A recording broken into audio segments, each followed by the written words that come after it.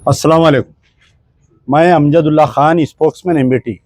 फ़िलहाल मैं जो हूँ निज़ामाबाद के government junior college Malapalli actually girls. Actually issue ये है कि 2008 में एक बिल्डिंग बनाई गई, आप लोग देख सकते हैं पूरी बिल्डिंग।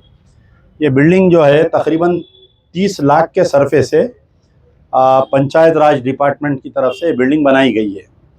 और ये वादा किया गया था कि यहाँ पर जो है गर्ल्स के लिए जूनियर कॉलेज स्टार्ट किया जाएगा और एक स्किल डेवलपमेंट भी स्टार्ट किया जाएगा। ये 2008 में स्टार्ट हुई बिल्डिंग 2009-10 तक कंप्लीट हो गई। पिछले 15 साल से ये किसी ना किसी, पहले हमारे डी श्रीनिवास साहब यहाँ पर राज्यसभा एमपी थे, उन्होंने वादा करे, उन्होंने नहीं करा सके। फिर यहाँ पर कांग्रेस के एमएलए थे, उन्होंने नहीं करा सके। कविता मैडम जो है यहाँ पर, कविता मैडम जब एमपी इलेक्शन में आए थे यहाँ पर, वो वादा किए थे कि अगर मैं एमपी बन जाऊंगी तो सबसे पहला काम ये कराऊंगी बोल के।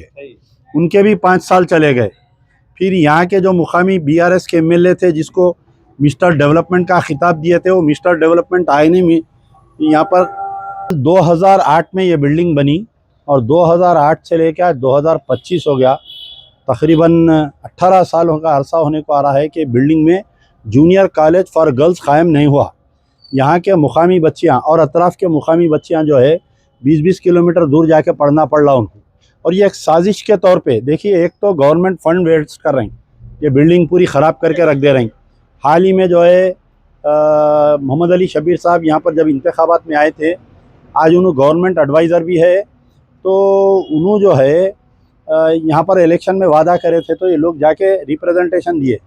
मोहम्मद अली शबीर साहब खुद चीफ मिनिस्टर को लेटर लिखे कि स्कूल को इमीडिएट चालू करो बोल के।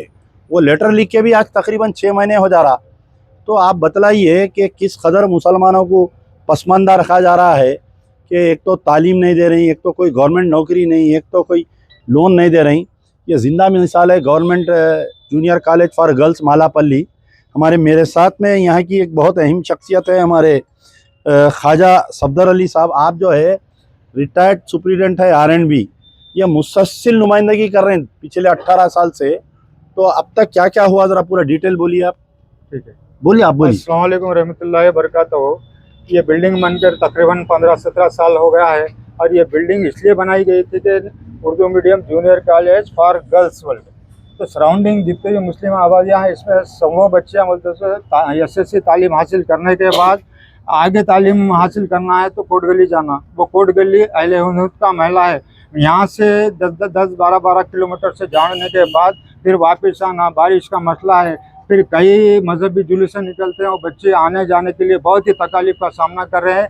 और बहुत से वालिदैन अपनी बच्चियों को बोलते तो तालीम तर्क करने के लिए बोलते तो मजबूर हो जाना पड़ रहा और बच्चों को भेज रहे भी नहीं। इन हालात में एक बिल्डिंग रेडी रहने के बावजूद हमारी बदनसीबी है, हमारे कौम के सियासी क़ायदीन की भी है, जो हमेशा सियासी आखाओं को लेकर हमेशा इनको और दो उनको दो बोल के सौदेबाजी करते हैं। मगर एक सिलकता मसला जो कौम का है, जो मासूम बेटियों का है, आज हिजाब के ऊपर लंबी लंबी तकारीर करते हैं। आज मुस्लिम बच्चों के इर्तिदाद के ताल्लुक से लंबी लंबी तकरीरें करते हैं। तो ये बच्चों का क्या कसूर है? जबकि उनको तालीम हासिल करने के लिए सहूलतें दस्तियाब नहीं रहेंगी, मैसर नहीं रहेंगी, तो उन्हें मजबूर वहाँ जा रहे हैं। वहाँ का माहौल ऐसा है कि आतो खुद जातो खुद कई मसाइल पैदा हो रहे हैं, खुसूसन मुस्लिम लड़कियों को। तो ऐसे हालात में हमने अहलियान महिला के साथ हमने इस मसले को, देराना मसला जो पेचीदा बन के एक बर्फदान में पड़े हुआ है, उसको लेकर शब्बीर अली साहब के पास गए, कलेक्टर के पास गए, जॉइंट कलेक्टर के पास गए, ताहिर बिन हमदान साहब चेयरमैन उर्दू अकादमी के पास गए। तो ये पूरी करस्पॉन्डिंग लेते उन्होंने भी अपने ऑफिस से एक लेटर सीएम को लिखे और हम अनकरीब बोलते सो सीएम से टाइम लेके भी हम उनसे नुमाइंदगी करने वाले थे। तो अब ऐसे हालात में बोलते सो ये मसला किसी एक पार्टी का भी नहीं है, एक क़ायद का भी नहीं है। हमेशा हमारे अमजदुल्ला खान साहब कौम के सिलकते मसाइल को और चुपते मसाइल को बरजस्ता तौर पर बेबाक तरीके से नुमाइंदगी करते हैं। आज उनके सामने रखने का मसला यही है कि ये कॉलेज को जहाँ तक हो सके स्टार्ट करने की कोशिश मुकम्मल होंगी। अमजदुल्ला साहब अपना हिस्सा अदा करेंगे। तो मैं अदबन गुजारिश करूँगा अमजदुल्ला खान साहब से, तो आप इतने मसाइल जो कौम के दिल में दर्द रख के हल करने की कोशिश कर रहे हैं, इसको अवेलिन फुर्सत में अपने ज़रूरियात ज़िंदगी में इसको अहम मसला रख के आप नुमाइंदगी करते बरजस्ता इसको स्टार्ट करने की कोशिश करें। कलेक्टर निज़ामाबाद ने इसको रिपेयर करने के लिए ऑलरेडी 20 लाख रुपए सेंक्शन कर दिया है।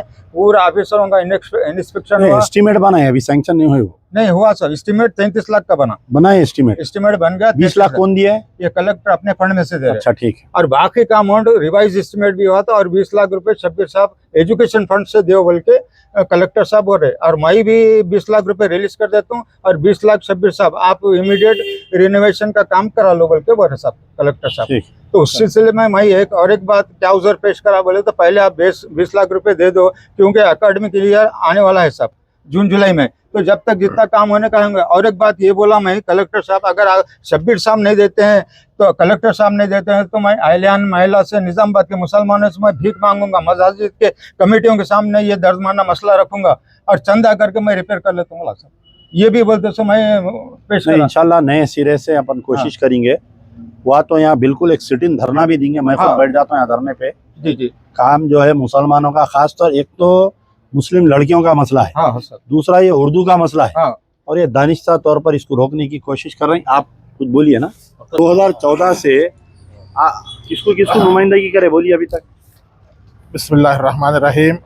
मजलिस बचाओ तहरीक 2014 से टाउन सदर जनाब अब्दुल बासित साहब और डिस्ट्रिक्ट सदर जनाब मीर बशारत अली साहब के साथ हम लोग गए।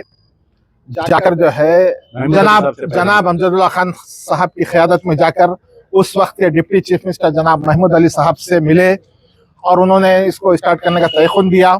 और उसके साथ ही हमको कड्डम श्री हरी साहब जो वज़ीर तालीम थे उस वक्त के, उनके पास भी सेक्रेटरीट को भेजे।